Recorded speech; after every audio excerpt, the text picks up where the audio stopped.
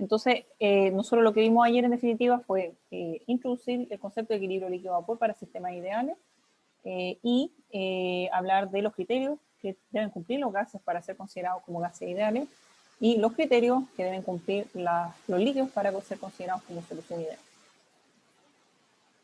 ¿Hay alguna pregunta general? Insisto, recuerden que esta semana tienen taller. ¿Hay alguna pregunta acerca de eso?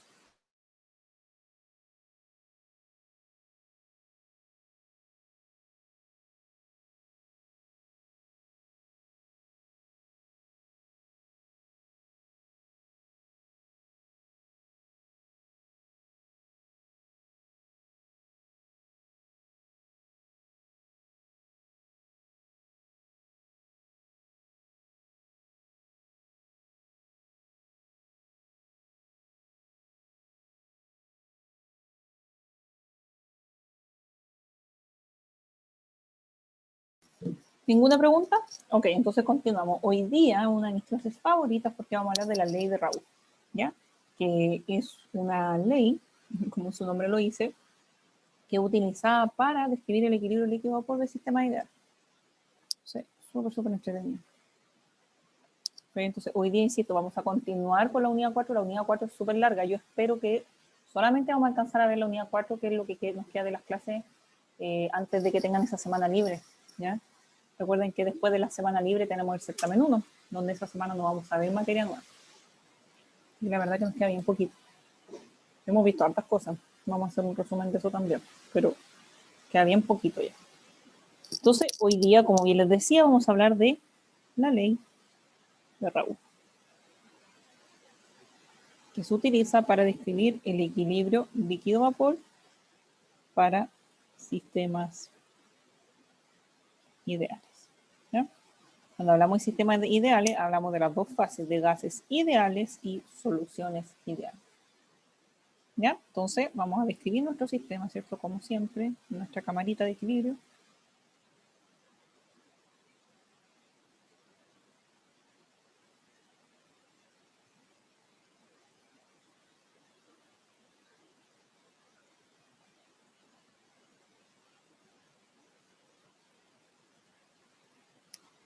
Tenemos nuestra división hipotética. Espérenme, alguien viendo por el chat. ¿Esto sigue siendo la unidad 4? Sí, esto sigue siendo la unidad 4. ¿Ya?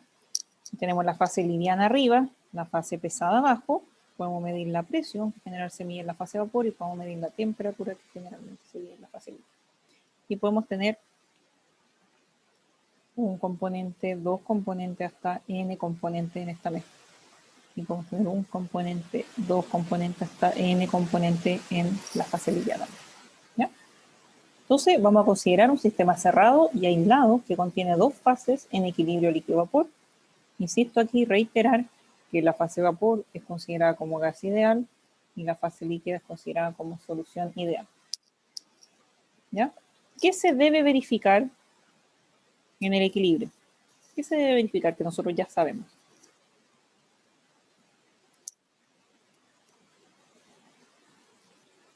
¿Qué creen ustedes que se debe verificar en base a lo que hemos visto?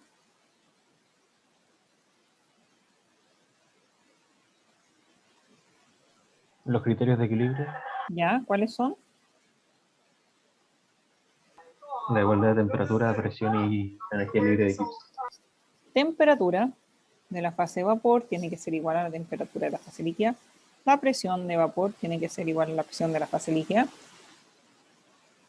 ¿Qué pasa con el criterio de la energía libre de Gibbs? ¿Es válido o no es válido? No me puede responder.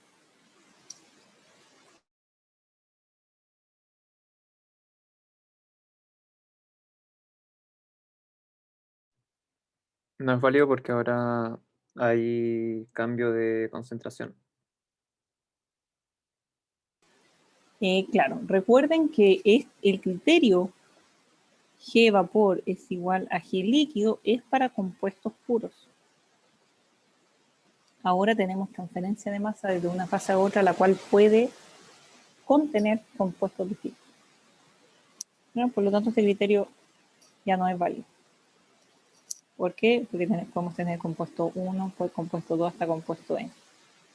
Entonces, ¿cuál otro criterio de equilibrio hemos visto recientemente que nos permita cuantificar la transferencia de masa de un compuesto I, independiente de cuál sea, y que se asocia a un criterio de equilibrio?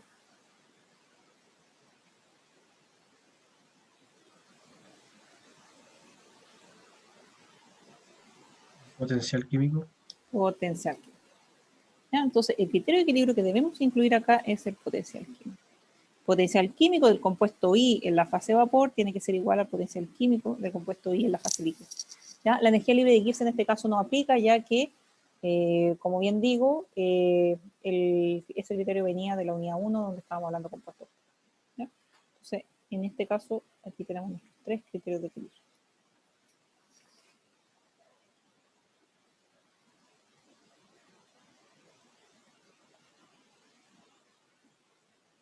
Ok. ¿Qué es lo que podemos hacer ahora? Les voy a decir a priori, ¿ya?, que la ley de Raoult nace desde este criterio de equilibrio. ¿Ya? Entonces, mi pregunta es, ¿cómo podemos trabajar este criterio de equilibrio? ¿Cómo podemos trabajarlo para relacionar condiciones de equilibrio, por ejemplo, como composición, temperatura, presión? Quizás por el lado del vapor es más fácil, ¿o no? ¿Cómo podríamos definir el potencial químico de la fase vapor?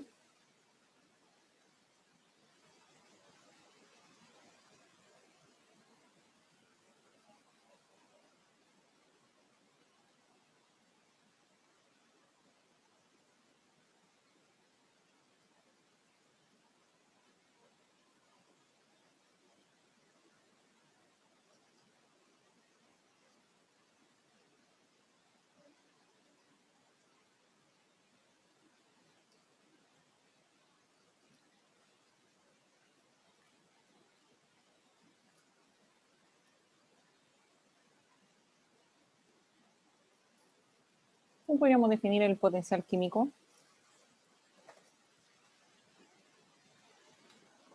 del compuesto I?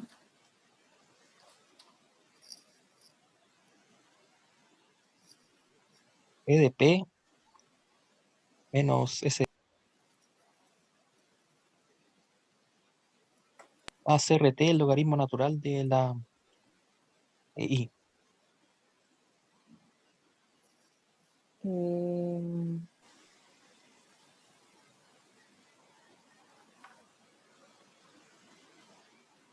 Entendí, alcancé a notar el BDP. DI, ¿cierto? DP más RT. Logaritmo natural de I DI, ok. menos S de T. Sí, menos SDT.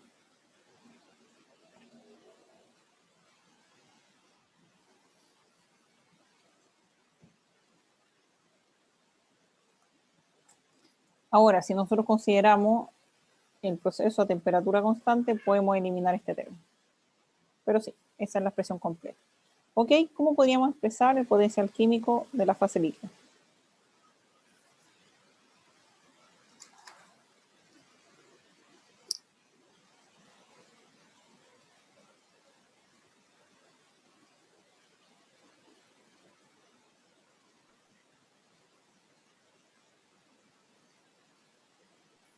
Mismo, pero con el logaritmo natural de X.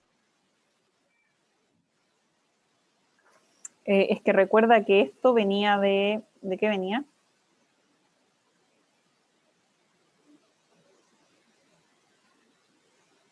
Ah, sí, claro. Entonces, como el líquido no afectaría, ese es el factor de presión.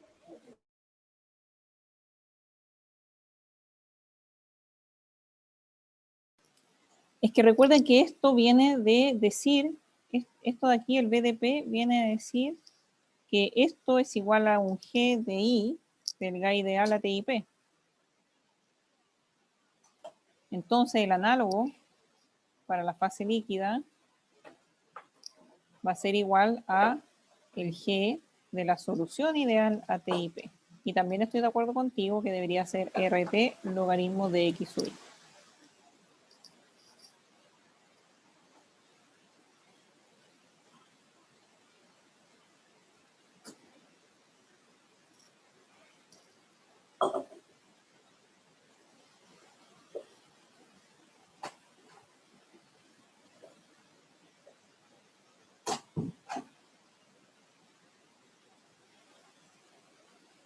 ¿Algún comentario con respecto a esto?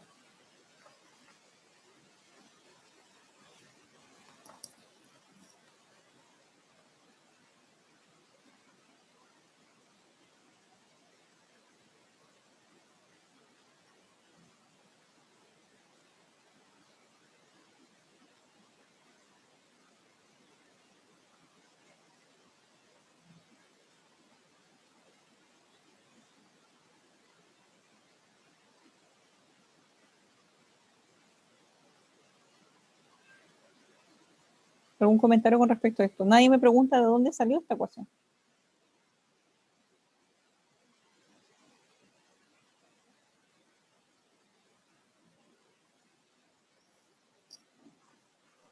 O ¿Están sea, todos yo claros tengo de dónde una, salió esta expresión?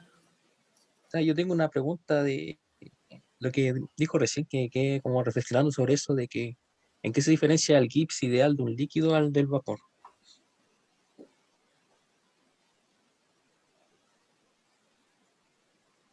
Sí, pues esa es una excelente pregunta.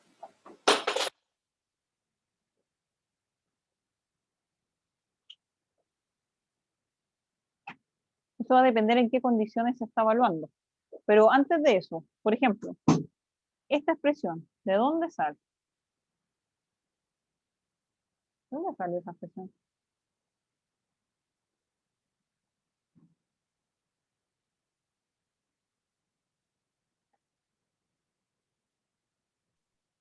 Sale de lo que se había dicho antes, de que el potencial químico era igual al diferencial de Gibbs partido del Exacto.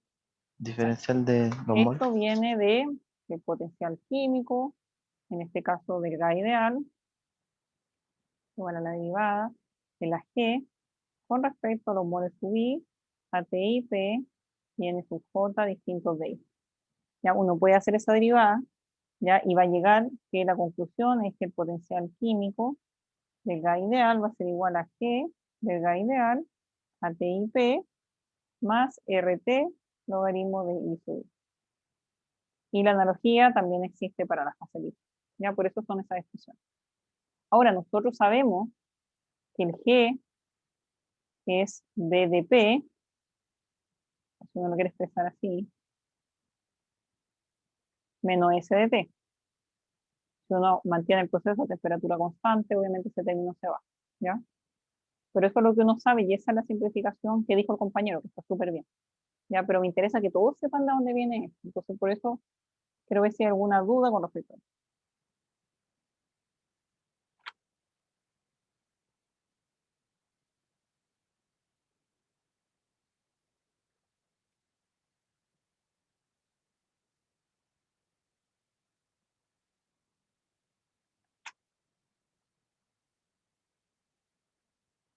Ok, perfecto. Entonces, nosotros tenemos, si se dan cuenta, nosotros tenemos una expresión para representar el potencial químico en la fase de vapor y una expresión para representar el potencial químico en la fase líquida. Entonces, nosotros sabemos que en equilibrio esas dos tienen que ser iguales. ¿Cómo nos quedaría si eso tiene que ser igual? Bueno, nos va a quedar una expresión súper larga, ¿cierto? Me va a quedar, ¿cierto? B y de la ideal en dp más RT logaritmo de I sub I. Esto lo estamos. Tenemos la temperatura constante y eso va a ser igual a G de la solución ideal a TIP más RT logaritmo de X sub I. ¿Ok? Hay hartas simplificaciones que se pueden dar intuitivamente. Por ejemplo, no podemos no mirar aquí al B del volumen del gas ideal, porque nosotros sabemos que ahí se cumple una ecuación de estado y yo puedo simplemente reemplazar eso como RT dividido P y me queda de P, ¿cierto?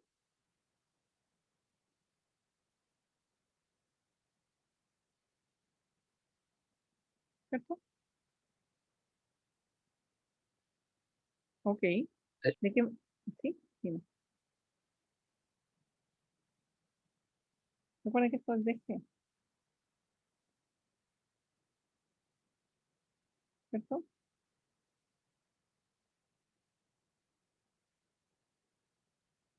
Porque no, tengo aquí, si se dan cuenta, tengo un término acá, ¿ok?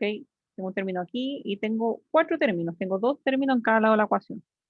Mi pregunta es, ¿de qué nos sirve eso? O sea, yo tengo 3 criterios de equilibrio que se deben cumplir. La temperatura y la presión es fácil, yo eso lo puedo medir, pero ¿cómo puedo cuantificar y determinar que se cumple el criterio de equilibrio del potencial químico? Cuando tengo que analizar qué construyen el potencial químico a la fase líquida y a la fase de vapor. Pues entonces, por eso ahí empezamos. Ok, ¿cómo podemos definir el potencial químico a la fase de vapor? Ok, ¿cómo podemos definir el potencial químico de la fase líquida?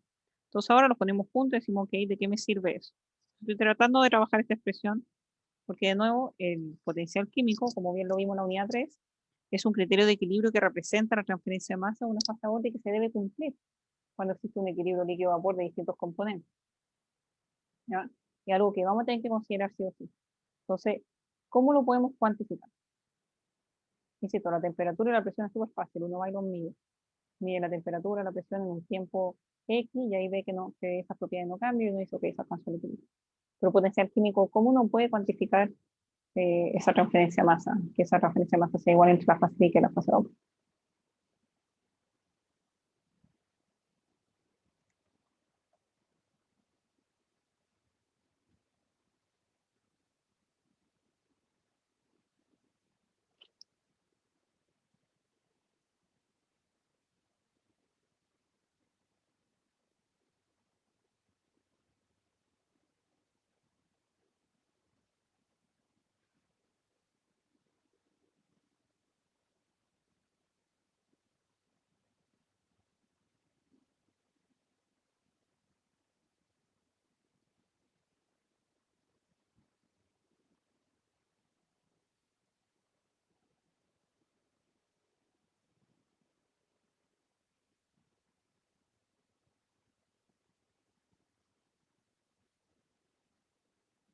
No, Weber.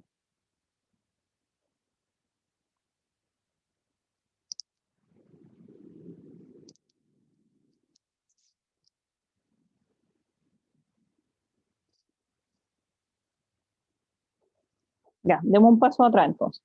El criterio de equilibrio, antes de reemplazar cualquier cosa,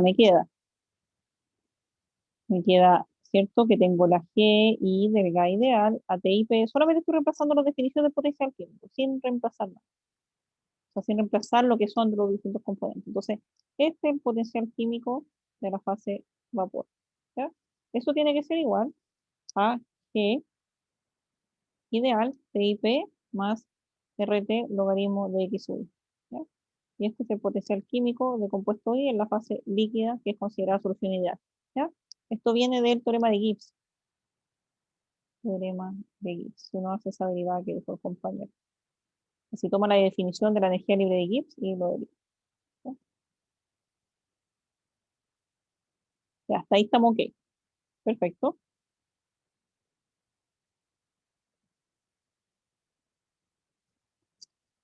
Después puedo decir, ok, ¿qué hago?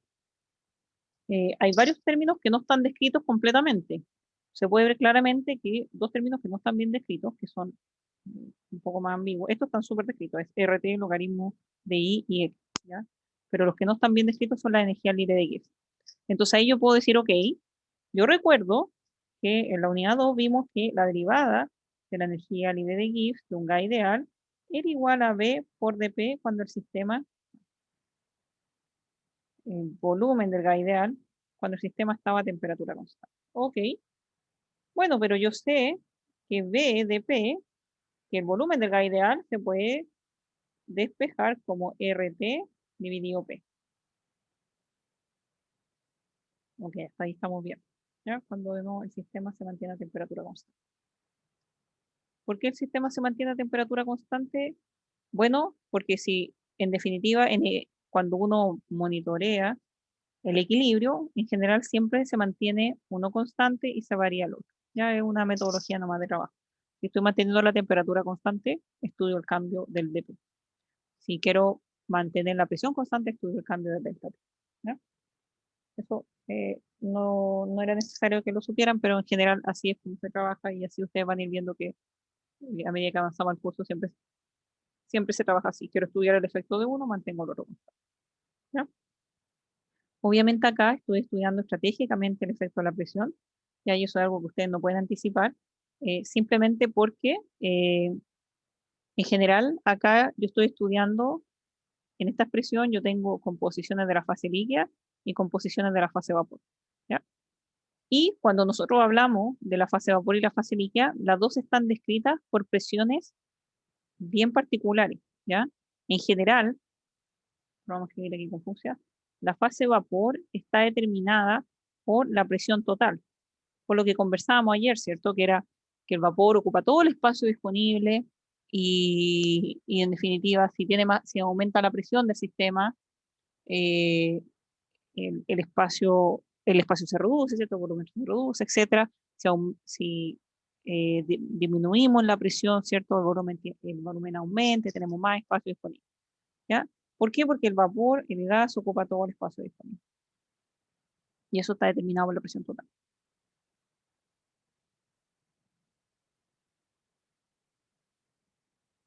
¿Ya?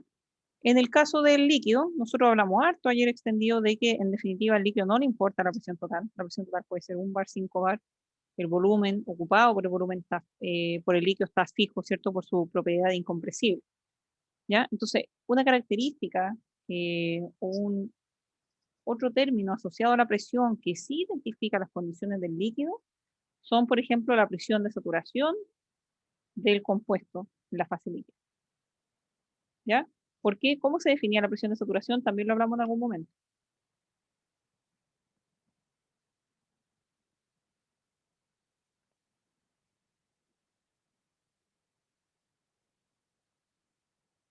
Recuerden que la presión de saturación está muy asociada al concepto de fugacidad en términos de su definición, ¿cierto? Es como la capacidad que tiene un sistema para pasar de la fase líquida a la fase de vapor. Entonces, la presión de saturación sí puede ser una presión, un parámetro termodinámico que se relaciona a la fase líquida de forma más directa que la presión total. La verdad que la presión total tiene muy poca implicancia en la presión en la fase líquida. ¿Ya? Entonces, en general, la fase líquida puede ser más relacionada al término presión de saturación que presión total, por lo que le acabo de comentar. Por lo tanto, resultaría muy conveniente que cuando yo quiero evaluar este cambio de diferencial de presión, yo pudiera hacer una integral desde P hasta la presión de saturación. Si yo hago eso, ¿qué me queda? ¿Qué me va a quedar? Me va a quedar G y del gas ideal a T y P de saturación menos G y del gas ideal a T y P. Eso va a ser igual a RT logaritmo de PI de saturación dividido P. Ok, y yo digo, bueno, qué interesante esto, porque en definitiva, yo aquí tengo esta expresión acá, o sea, qué coincidente, ¿cierto? Obviamente yo sabía para dónde íbamos, pero yo aquí tengo esta expresión, la cual se me generó acá, y yo la puedo despejar. Entonces me va a quedar que G y del gas ideal a T y P va a ser igual a G y del gas ideal a T y PI de saturación menos RT logaritmo de PI de sat dividido P. Y puedo reemplazar eso en nuestra ecuación de aquí. Aquí viene entrando. Ok, ¿cómo me va a quedar eso? Bueno, ahora voy a reemplazar en este término, lo voy a marcar aquí. Voy a reemplazar aquí. Ese término lo que acabo de despejar.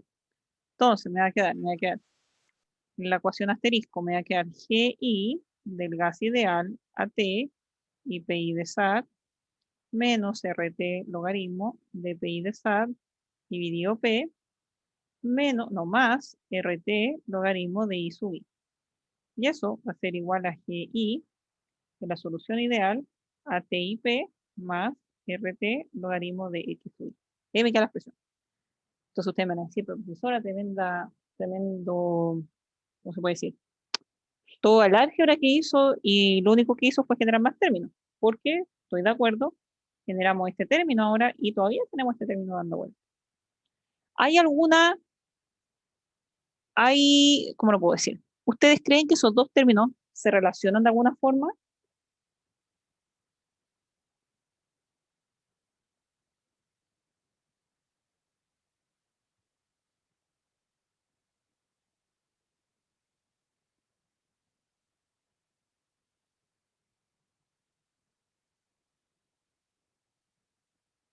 Otra pregunta.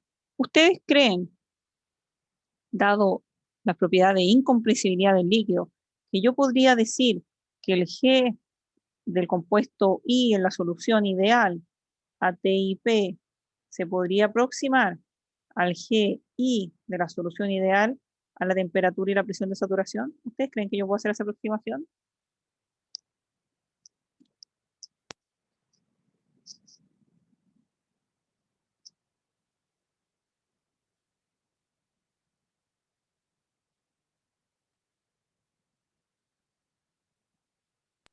O sea, al ser líquido la presión no va a afectar mucho al... Exacto. Entonces, me creen esta aproximación que estoy haciendo. No sé lo que yo quiero decir. Cuestionen lo que yo estoy haciendo. Entonces, en definitiva, el efecto de la presión en las propiedades termodinámicas del líquido, la verdad que son bien menores, y de nuevo es porque el líquido es incompresible, entonces el efecto de la presión en general en las propiedades es bien menor, ya se puede despreciar. Entonces aquí vamos a poner acá, en general, el efecto de la presión sobre las propiedades del líquido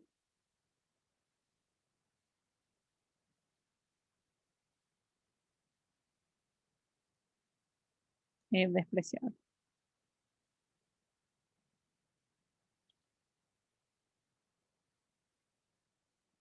¿Ok?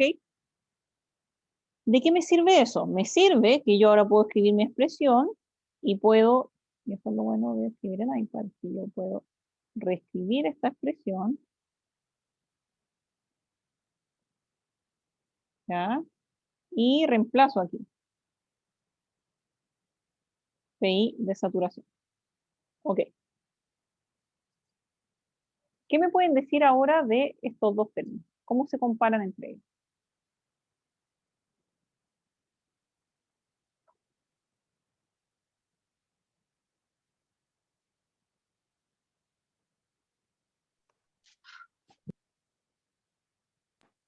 Con la fugacidad. ¿A qué te refieres con la fugación? Nada que se parecía. ¿Aló? Sí, es que hay una construcción al lado que están haciendo mucho ruido. No, que se parecía a la fórmula de Poynting, quizás con eso se pueda La relacionar, fórmula de Point. pero no, era le estaba igual achuntando un poco. Ah, ok. Bueno, pero ¿alguien más tiene alguna sugerencia? Miren en los términos. Tenemos la energía libre de Gibbs del compuesto I a la temperatura y presión de saturación en la fase vapor. Y tenemos la energía libre de Gibbs del compuesto I a la temperatura y presión de saturación en la fase líquida. Si son el mismo ¿Podemos compuesto, cancelar? son iguales, ¿no? ¿Ustedes creen que esos términos son iguales?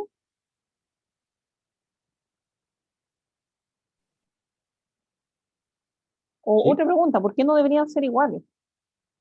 Si en definitiva, si yo evalúo en el equilibrio líquido-vapor la especie I a la temperatura de la mezcla y a la presión de saturación, a la misma condición de temperatura y presión, puede ser la presión total o la presión de saturación. Esos dos términos no se deberían igualar en el equilibrio.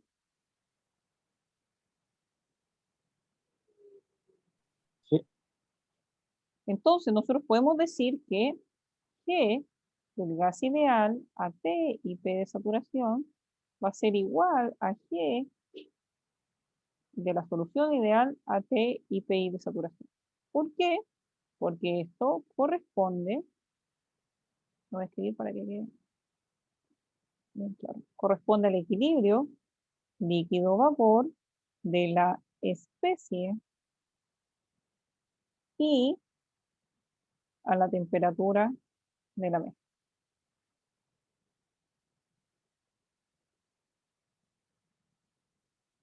Por lo tanto, eso se debe cumplir.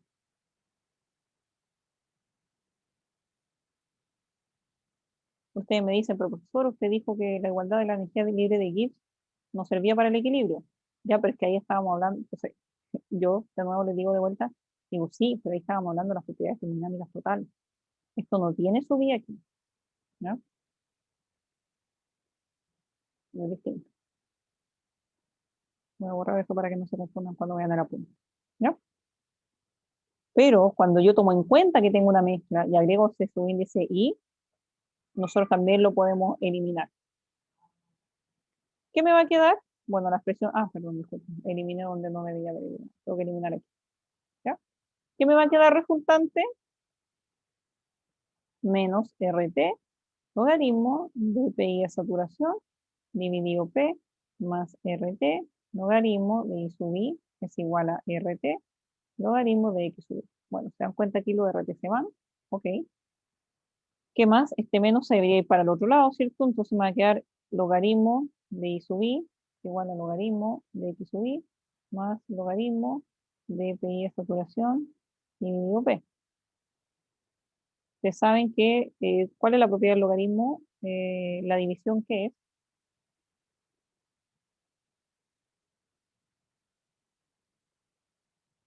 Una resta. Uno. Entonces, en definitiva, me va a quedar logaritmo de I sub I es igual a logaritmo de X sub I más logaritmo de PI de SAT. ¿Qué más? Menos el logaritmo de la presión. Ya.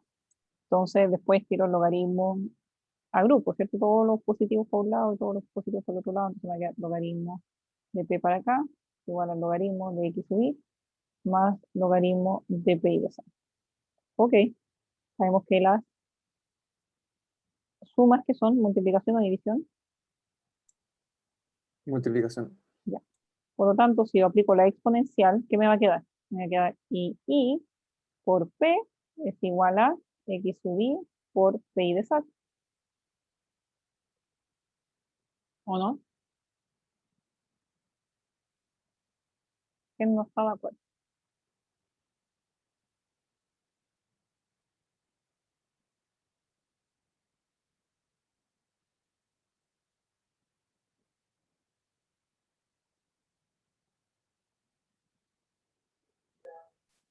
Sí, de acuerdo. ¿No de acuerdo? Ok. Bueno, esa es la ley de Raúl.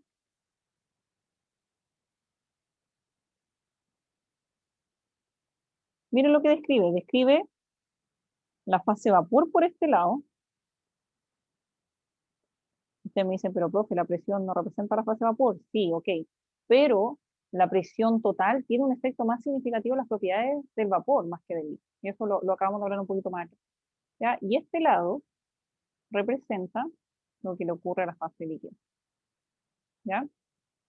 La presión de saturación es un mejor parámetro para representar básicamente la volatilidad de la fase líquida. ¿Ya?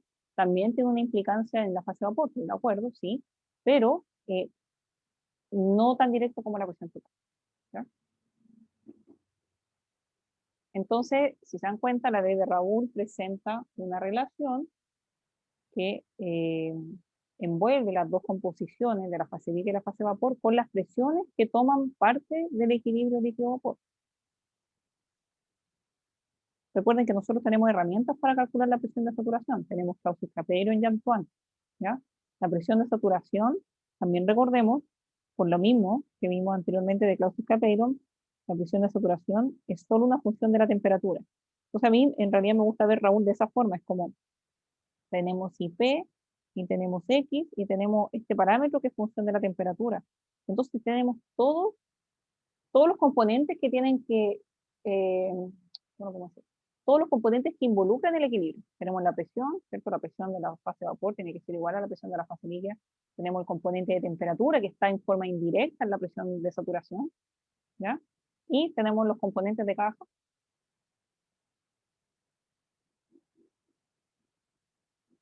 ¿Ya? La ley de Raoul se utiliza un montón. Es importante que quede súper claro que la fase líquida en la ley de Raoul es considerada como solución ideal. Todo el tratamiento que hicimos para arriba es considerado como solución ideal y la fase de vapor como gas ideal. Todo el tratamiento que hicimos para arriba es para gas ideal. Entonces la ley de Raoul describe el comportamiento de sistemas en equilibrio líquido-vapor de sistemas ideales. Entonces, describe el comportamiento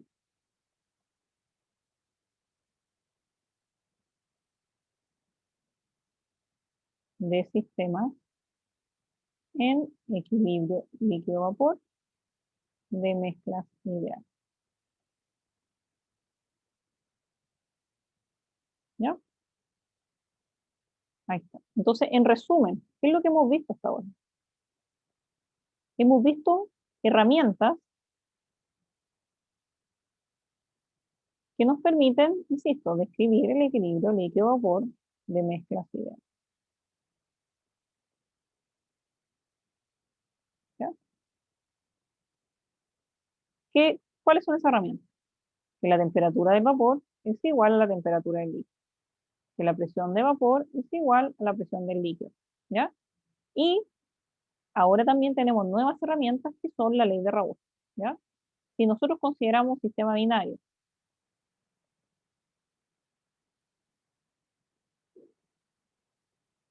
el sistema binario es el que tiene dos componentes, ¿ya? 1 y 2. ¿Qué otra herramienta hemos aprendido? Bueno, vamos a tener un balance de materia en la fase líquida. X1 más X2 es igual a 1. Entonces, el balance de materia en la fase líquida. También vamos a tener un balance de materia en la fase vapor.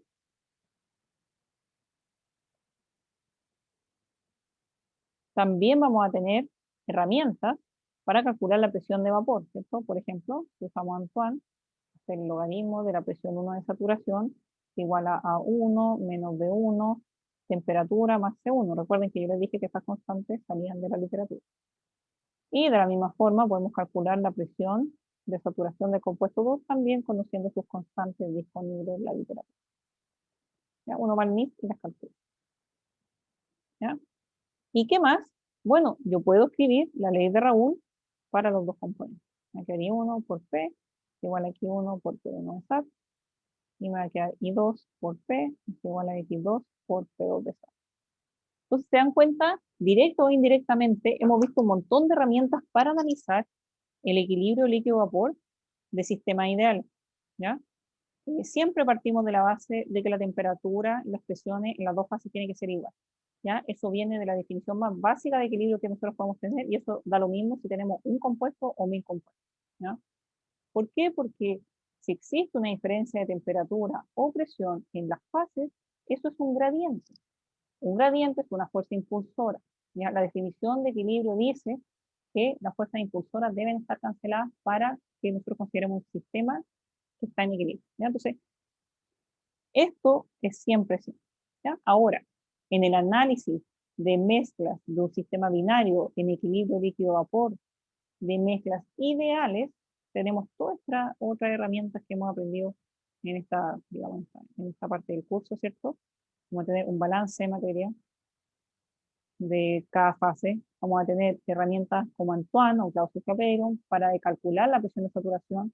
Y estas son súper importantes porque si yo conozco la temperatura de mi equilibrio, yo doy por conocida las presiones de saturación. O sea, si yo tengo la temperatura, bueno, voy al NIS o cualquier lado y calculo las presiones de saturación. ¿Ya?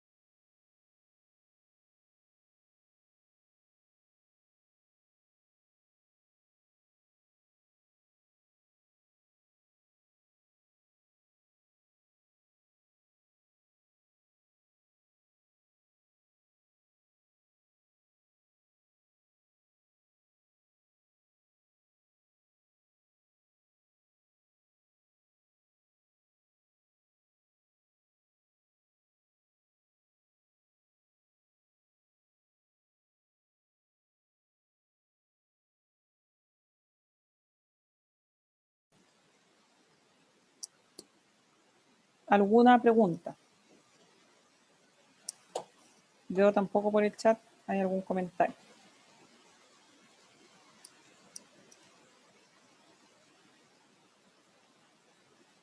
Para cerrar esta parte, herramientas, insisto, temperatura del vapor igual a la del líquido, presión del vapor igual a la presión del líquido, balance de materia a la fase líquida, balance de materia a la fase vapor.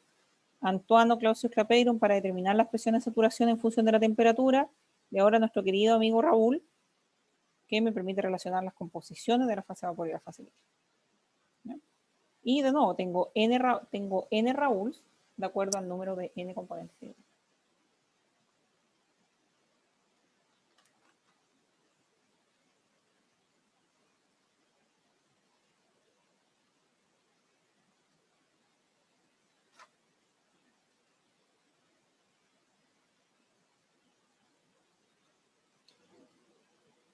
Hay un par de cosas también que me gustaría dejar clara hoy día, ¿ya? Que un poco lo que nosotros hablamos antes de la presión de saturación, ¿cierto? Vamos a seguir en este ejemplo de un sistema binario. Entonces tengo un sistema binario. Eso quiere decir tengo dos componentes, 1 y 2, ¿ya? Y en la evaluación de sus propiedades termodinámicas, yo puedo entender harto de esa mezcla, ¿ya?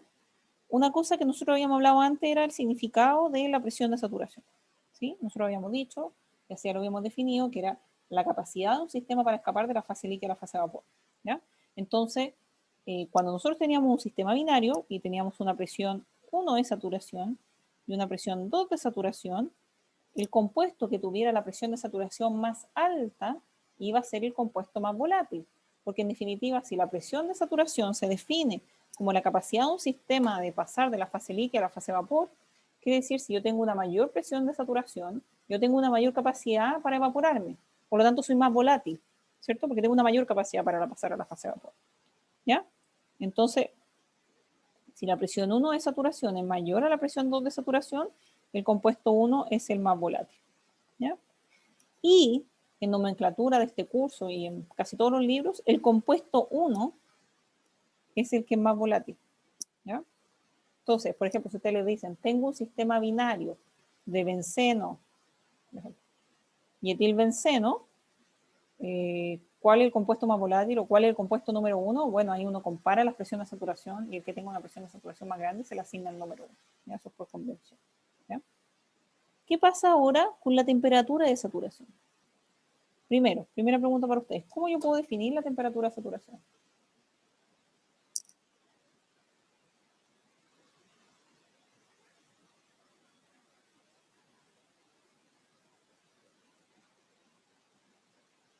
¿Cómo se puede definir la temperatura de saturación?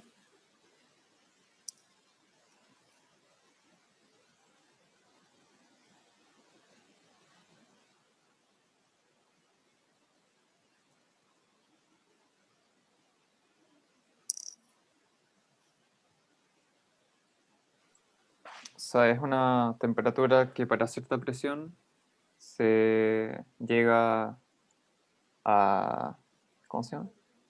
A la saturación de vapor o de líquido.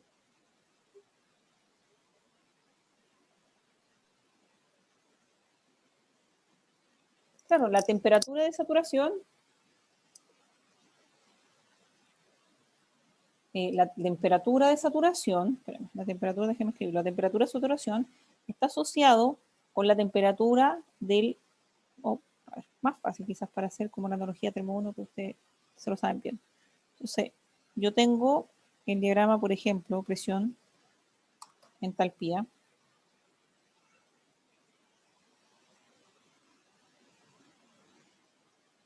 ¿Sí?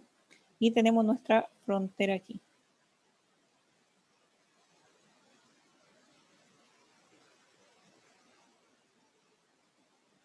¿Ya? ¿Cuáles son las fronteras que tenemos y cuáles son las fases que tenemos? ¿Cierto? En este lado tenemos el vapor y en este lado tenemos el líquido. ¿Ya? Y en esta zona teníamos la zona de líquido-vapor que iba desde un vapor saturado a un líquido saturado, ¿sí? Y nosotros, cuando medíamos, por ejemplo, si esto hablamos del agua, la temperatura, ¿cómo se movía la temperatura? Ah, se movía así. La temperatura en este gráfico se movía así, si es que se acuerdan, así, y caía, ¿no? Claro. Entonces, por ejemplo, esto sería 100 grados Celsius y esto sería un bar. ¿Ya? Entonces, en definitiva, yo a un bar y a 100 grados Celsius tengo todo este rango de mezcla líquido-vapor que van desde una calidad 1 de vapor saturado a una calidad 0 de líquido saturado. ¿Sí? Y nosotros definíamos que la temperatura de saturación a un bar era 100 grados Celsius. ¿Ya? Entonces, se puede usar, intercambiar la palabra saturación con la palabra de equilibrio. ¿Sí? Entonces, en definitiva, la temperatura de saturación es la temperatura que existe en el equilibrio determinado. ¿Ya? Entonces, si yo estoy en equilibrio, por ejemplo, si yo estoy en un equilibrio a 100 grados Celsius, bueno, 100 grados Celsius es la temperatura de saturación.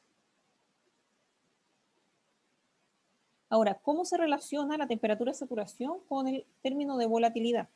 ¿Ya? Aquí es mucho más intuitivo. Entonces, vamos a mover esto para acá abajo. Entonces, si yo tengo una mezcla binaria, ¿sí?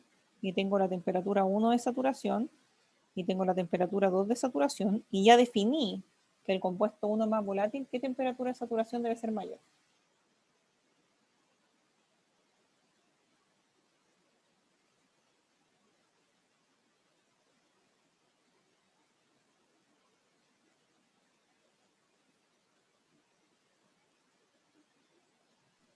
¿2?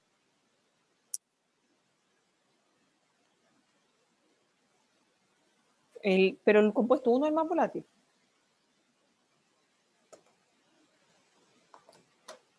No, de 1 De 1 es SAT, ¿cierto? Porque en definitiva, si el compuesto 1 es más volátil, quiere decir que le cuesta menos pasar a la fase líquida, ¿cierto? Entonces tiene una mayor capacidad de pasar a la fase líquida. Esa es la definición de la presión de saturación. Pero ahora cuando hablamos de temperatura, recuerden que temperatura se relaciona directamente con energía, ¿cierto? Entonces, de nuevo, si hacemos así fast forward a termo 1, nosotros sabemos, por ejemplo, que el Q está relacionado con una constante de proporcionalidad con un delta T, ¿ya? Era CP o CB dependiendo de cómo fuera el proceso, ¿ya? Pero en definitiva el flujo de calor, la energía que uno entrega a un sistema está directamente asociado a el delta T. Por lo tanto, si yo tengo dos compuestos, el compuesto al cual yo le tenga que meter menor energía para vaporizarse va a ser el más volátil. Entonces, si yo estoy, por ejemplo, a un bar y tengo dos compuestos, siendo el uno el más volátil, solo por decir un número, la temperatura de saturación va a ser, qué sé yo, 50 grados Celsius y la temperatura 2 de saturación va a ser 100 grados Celsius. ¿En qué se traduce eso si yo quiero hacer un experimento de laboratorio? ¿Ya? Es que si yo tengo aquí un mechero, ¿cierto? ¿Sí? Y tengo un vasito con el compuesto 1, el compuesto 1 va a necesitar menor energía y lo va a tener que inyectar menos energía para que se evapore. ¿Ya? O se va a evaporar más rápido. Entonces, por lo tanto, cuando uno habla de temperatura es como lo inverso, porque la temperatura se relaciona directamente con cuánta energía yo tengo que inyectarle al sistema para que se evapore. Entonces, si yo tengo que un compuesto más volátil, por definición es un compuesto que es más fácil que se evapore, ¿cierto? Entonces, si yo puedo pasar más rápido a la fase de vapor, le puedo entregar menor energía para pasar a la fase de vapor, me considero el compuesto más volátil. Entonces, en relación de las temperaturas de saturación es inverso. Entonces, si el compuesto, insisto, el compuesto 1 es el más volátil, vamos a tener que P1 es mayor a P2, pero T1 va a ser menor a T2.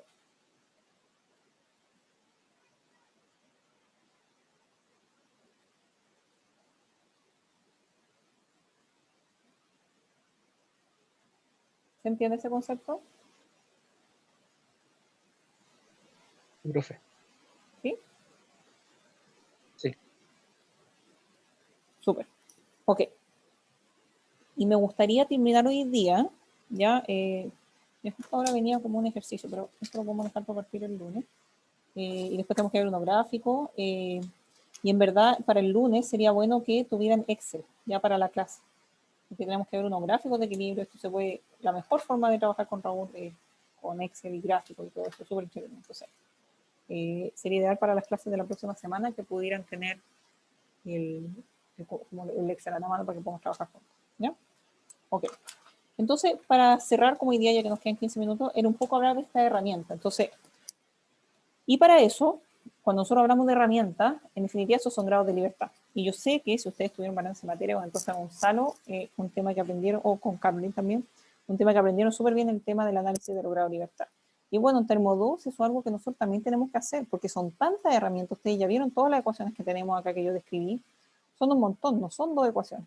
No es un balance de energía como en Termo 1. Para analizar el equilibrio, y imagínense que este es para mezcla ideal, o sea, el problema se va a volver más y más complejo a medida que avancemos a sistemas reales. ¿Ya? Por lo tanto, algo que uno siempre está haciendo, en definitiva, es analizar las herramientas que tiene, ver los grados de libertad, porque también ahí eso me va a poder permitir identificar cuántos grados de libertad yo tengo que especificar. ¿Ya? Entonces, por eso me gustaría terminar con eso. Entonces, para resolver sistemas de equilibrio líquido-vapor, ¿ya? En general, yo les voy a decir que vamos a necesitar 2 grados de libertad por especificar. Les voy a dar la solución antes de explicar por qué son 2 grados de libertad. Grados de libertad por especificar. ¿Ya? Y si nosotros recordamos la regla de la fase de Gibbs, que decía que los números de grados de libertad eran los componentes menos la fase más 2, eso queda súper claro, ¿cierto? Porque ¿cuántos componentes tenemos? Por ejemplo, en un sistema binario, que es el que estamos analizando, van a ser 2. ¿Cuántas fases tenemos? En equilibrio líquido-vapor son 2 fases. Por lo tanto, me quedan 2. ¿Cierto? Entonces, 2 grados de libertad debo especificar. ¿Ok? ¿Cuáles son mis variables? ¿Cuáles son mis variables? Voy a decir al tiro que tenemos 10 variables.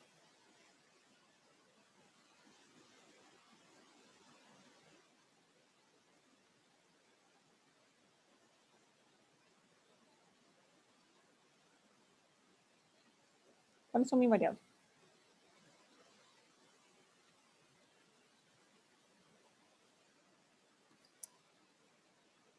¿Alguna variable? ¿Quién me dice? Presión de saturación. Discúlpame. Presión de saturación. Presión de saturación, sí, muy bien. ¿Cuántas variables para un sistema binario genera la presión de saturación? ¿Entiende la pregunta? Porque la presión de saturación para un sistema binario, ¿cuántas presiones de saturación deberían ser? 2. 2, exacto. Ya anotemos. Entonces tenemos la presión de saturación, me genera 2 variables. Ok. X1, X2. X1, X2, muy bien. Y 1 y 2. Y 1. Ya.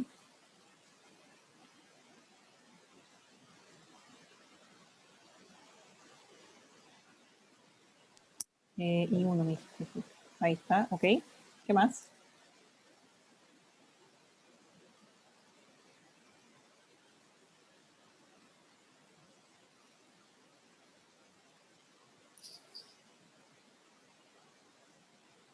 La temperatura del sistema, ¿o no? Claro, pero ahí, de nuevo, es una variable. Yo tengo que definir que estas dos son variables. Cuando están en equilibrio son iguales. Por lo tanto, yo tengo 2 variables asociadas a la temperatura, que es la temperatura de la fase vapor y la temperatura de la fase líquida. Temperatura de la fase vapor y la temperatura de la fase líquida. Las presiones del vapor y del líquido. Exacto.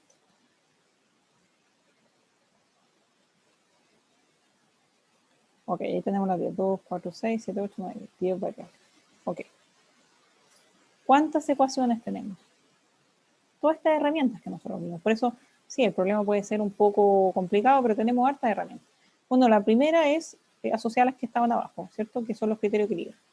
Entonces, nosotros sabemos que en el criterio de equilibrio me elimina variables, ¿cierto? Porque si yo voy a analizar equilibrio, eso se debe cumplir. Entonces, uno puede uno puede considerar estos criterios de equilibrio como ecuación, porque se debe cumplir. Yo no puedo analizar un equilibrio si eso no se cumple.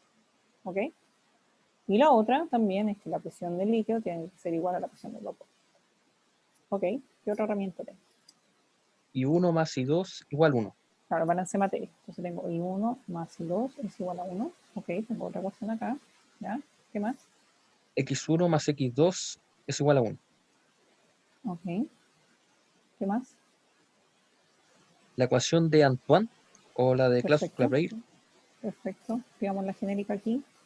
Ahí menos BI dividido T más CI. Eso me da 2, ¿cierto? Porque tengo para compuesto 1 y para compuesto 2. Perfecto. 2 ecuaciones de Raoul. 2 ecuaciones de Raoul. También lo escribimos en forma genérica. Y P es igual a X sub I por P de Z. Y eso me da 2. ¿Algo más? Intuitivamente podemos decir que no, porque si tengo 2 grados de libertad, eso se traduce en que tengo variables menos ecuaciones, me tiene que dar 2. Y aquí ya tengo 8. Entonces, este delta me da los 2 grados de libertad. ¿Ya? Entonces, esas son todas las variables que yo tengo que definir. Y estas son todas las herramientas que yo tengo para analizar mi equilibrio líquido de mezclas ideales, insisto. Estamos incorporando a Raúl en el análisis, por lo tanto, tiene que ser ideal. ¿Alguna pregunta?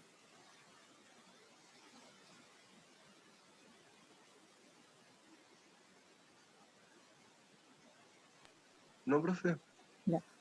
Bueno, obviamente por el tiempo nos queda hacer la parte gráfica, que yo creo que nos va a tomar todo el lunes, ¿ya? Así que, pero en verdad ahí necesito su ayuda de que traigan Excel, porque para que puedan practicar al tiro. Y claro, y ahí espero que podamos hacer un ejercicio el día martes.